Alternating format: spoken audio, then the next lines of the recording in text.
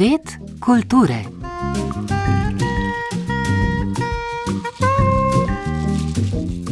Dragi poslušalke in poslušalci, dober dan. Danes se v oddaji Svet kulture posvečamo prejemnici Laurinove diplome Judith Rejmon in 175. obletnici najstarejše slovenske založbe Mohorjeve družbe. Ustavili smo se še v Graslovem stolpu v Slovenski Bistrici, kjer je na ogled spremljevalna razstava 6. mednarodnega trienala keramike Unikum. Nocoj nas čaka še kresni večer in noč, s katero praznujemo poletni solstici. Čarobna noč nadnaravnih moči nas opominja, da se dnevi znova začnejo krajšati, hkrati pa nam že tradicionalno prinašajo novega prejemnico ali prejemnika Delove nagrade Kresnik. Ostanite v naši družbi.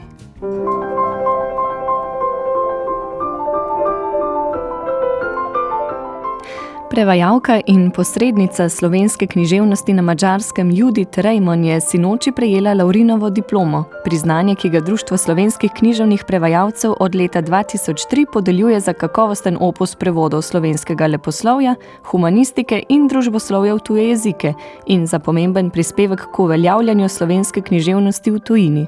Z nagrajenko se je pogovarjal Vlado Motnikar.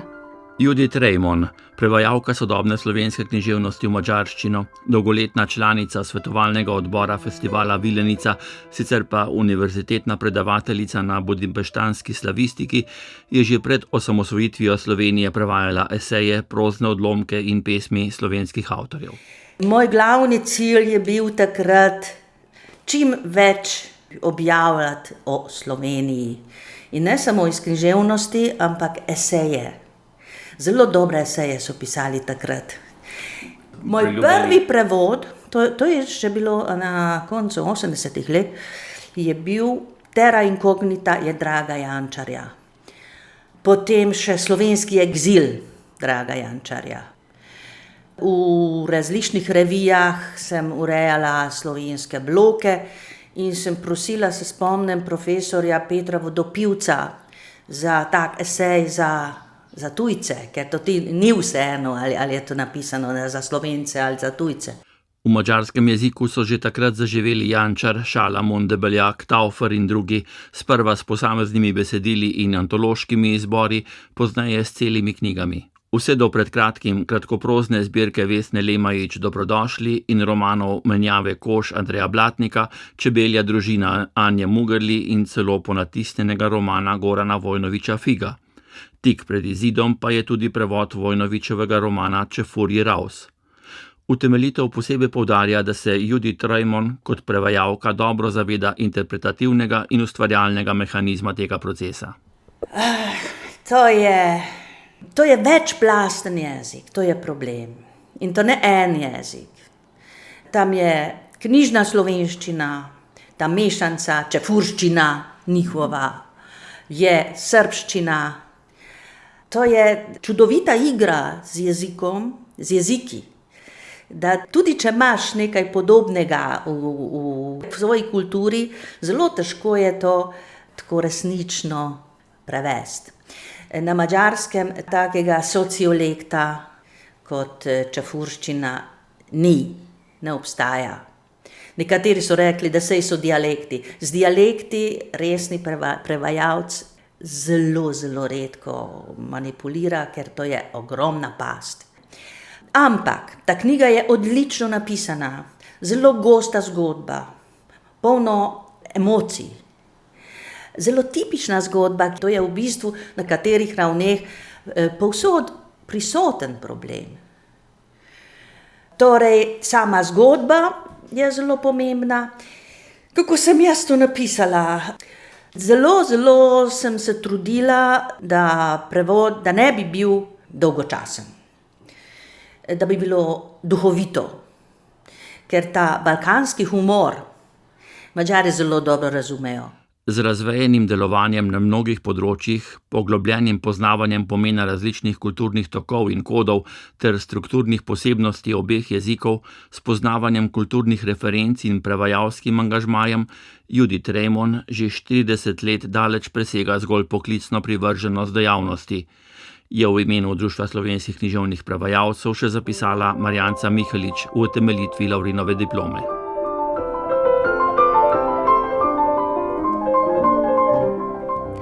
Mohorjeva družba, najstarejša slovenska založba, praznuje 175-letnico delovanja. Zaradi zgodovinskih okoliščin zdaj sicer deluje v 3 državah, Sloveniji, Avstriji in Italiji, a v pomembnem povezovanju enotnega slovenskega prostora. O zgodovini založbe, pomenu slovenske knjige ter izzivih so predstavniki 3 Mohorjevih družb spregovorili na rednem letnem srečanju. Letos so se zbrali v Celju. Matija Mastnak. 3 Mohorjeve družbe iz Celja, Celovca in Gorice so formalno ločene, a med seboj tesno sodelujejo, povezujejo jih skupne korenine. Založbo so na pobudo Antona Martina Slomška v Celovcu ustanovili daljnega leta 1851. Ravnateljica celjske družbe Tanja Ozvatič. Mohorjeva je prva organizacija, ki je povezala in duhovno zedinila Slovence celotnega etničnega prostora, Slovence navadila brati, moliti in jih vodila do vsakršnega napredka. Do konca Prve svetovne vojne je število članov ves čas naraščalo, po vojni pa se je skoraj čez noč razpolovilo, saj Goriška in Koroška nista bili več v isti državi. Zato založbo najprej prestavijo na Prevalje, nato v Celje, kjer deluje od leta 1927.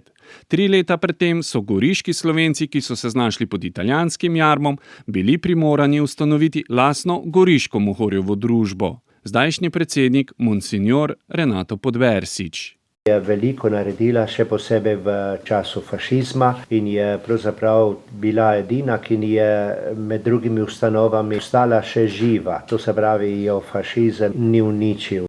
Po 2. svetovni vojni Mohorjevo družbo vnovič oživijo v Celovcu. Tam se poleg dejavnosti založništva posvečajo tudi tiskanju ter predvsem izobraževanju. Direktor družbe v Celovcu Karl Hren. Ta izobraževalni sektor sega pa od jasli, vrtca, šole do dijaškega doma, do mature. In to je seveda za ohranjevanje manjšinskega jezika zelo pomembno. Zelo močni smo naprimer tudi pri šolskih knjigah, ravno tudi zaradi te kombinacije z izobraževalnim sektorjem. In skupaj Mohorjeva družba v Celovcu zaposluje skoraj 100 oseb. Sodelovanje med Mohorjevimi družbami so vzpostavili konec 80. let prejšnjega stoletja. Tajnik goriške družbe Marko Tavčar. Vsaj 1 knjiga, 2 knjigi na leto izidejo kot skupna izdaja. Nekatere izdaje so bile tudi, bi rekel, tako kar dragocene in gotovo so to knjige, ki skušajo ohraniti in dati neko vrednost temu celotnemu našemu slovenskemu kulturnemu prostoru. Najstarejša slovenska založba se je rodila v Celovcu, zdaj kot 3 sestre živi v 3 državah, doda predsednik družbe v Celovcu Ivan Ulip.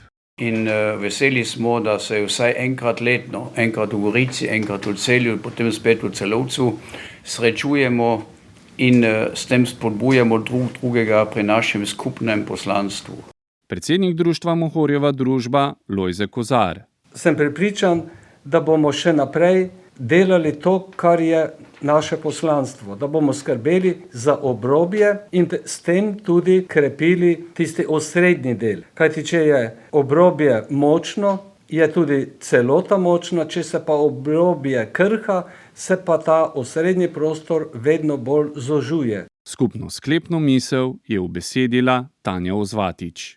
Res pa je, da je v današnjem času za ohranjanje, kultiviranja in funkcionalne pismenosti slovenskega naroda potrebno vložiti več prizadevanj v tem zavedanju. Glasneje in načrtno je potrebno opozarjati na pomembnost slovenske knjige, ki je ohranjevalka in branilka razvoja slovenskega jezika, da nam jezik ne spolzi med prsti dojemanja samoumevnosti kulturnih vrednot, ki so naredile slovenski narod.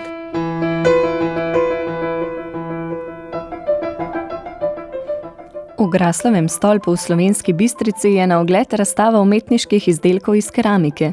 Naslovili so jo Od tradicionalne do sodobne keramike, zgodba o solnici. Gre za spremljevalno razstavo mednarodnega trienala keramike Unicum 2026, najpomembnejše mednarodne razstave z področja sodobne umetniške keramike v Sloveniji, ki je od sredine maja na ogled v Narodnem muzeju Slovenije. Bistriška postavitev Zgodba o solnici je že 6. del tega velikega mednarodnega dogodka. Več Brigita Mohorič. Razstava Zgodba o solnici v Graslovem stolpu v Slovenski Bistrici postavlja na ogled umetniške izdelke iz keramike na temo solnice, posode iz žgane gline za shranjevanje soli 28 rokodelcev iz Slovenije in Hrvaške. Ta tradicionalni predmet ima skozi zgodovino posebno mesto tudi v slovenskem prostoru, pojasnjuje vodja Rokodelskega centra v Slovenski Bistrici Ljubica Zgonec Zorko. Solnica je pa zdaj v izziv bila zato, ker je v tej tradicionalni naši keramiki je toliko znanja, zakaj je nek predmet narejen na tak način z tega materiala, ne? In ravno sol v glini, glinenih izdelkih ima to prednost, da ostaja vedno suha in sveža in uporabna.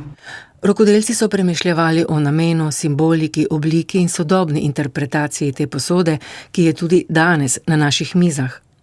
Nastali so različni umetniški izdelki, večinoma z uporabno vrednostjo, oblikovani v različnih tehnikah.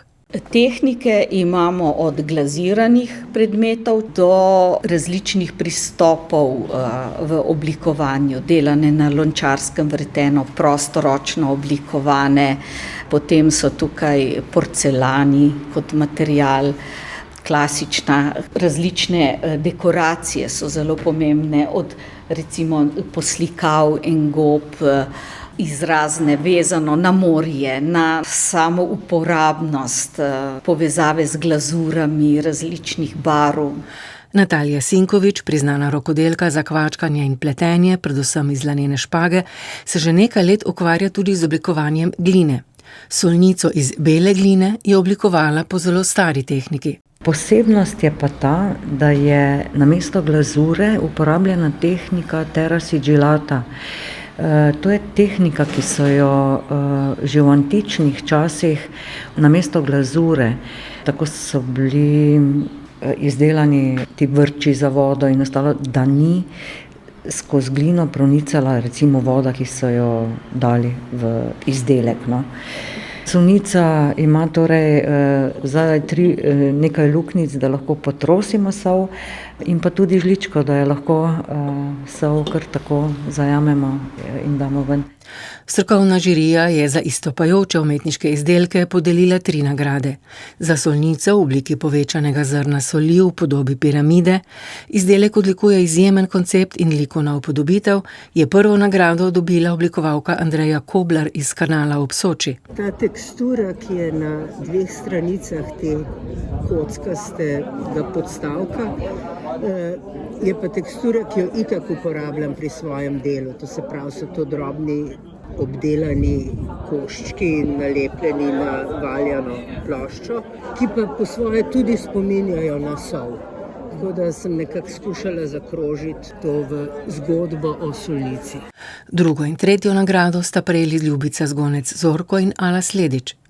Zanimanje obiskovalcev za ogled razstave sodobnih umetniških izdelkov iz keramike je vse leta veliko, dodaja vodja Bistriškega rokodelskega centra. Zanimanje posebej zdaj v kombinaciji z Unikumom, ko pridejo veliko obiskovalcev tudi na razstavo v Ljubljano, a ne? Tudi iz tujine jih vsi pol vzamejo za izziv tudi to, da poiščejo te razstave, ki so v drugih krajih Slovenije. Razstava keramičnih solnic v Graslovem stolpu, ki jo pripravljata Slovensko-bistriški zavod za kulturo in tamkajšnji rokodelski center, bo na ogled do sredine septembra.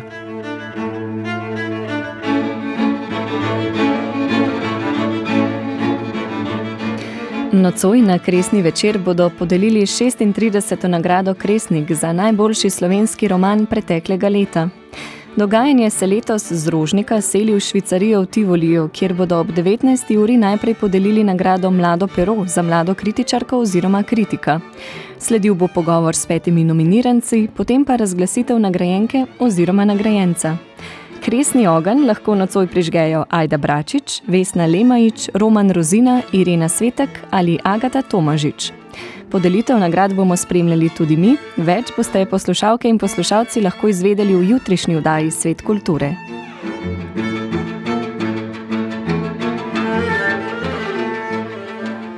Prišli smo do konca današnjih novic iz sveta kulture.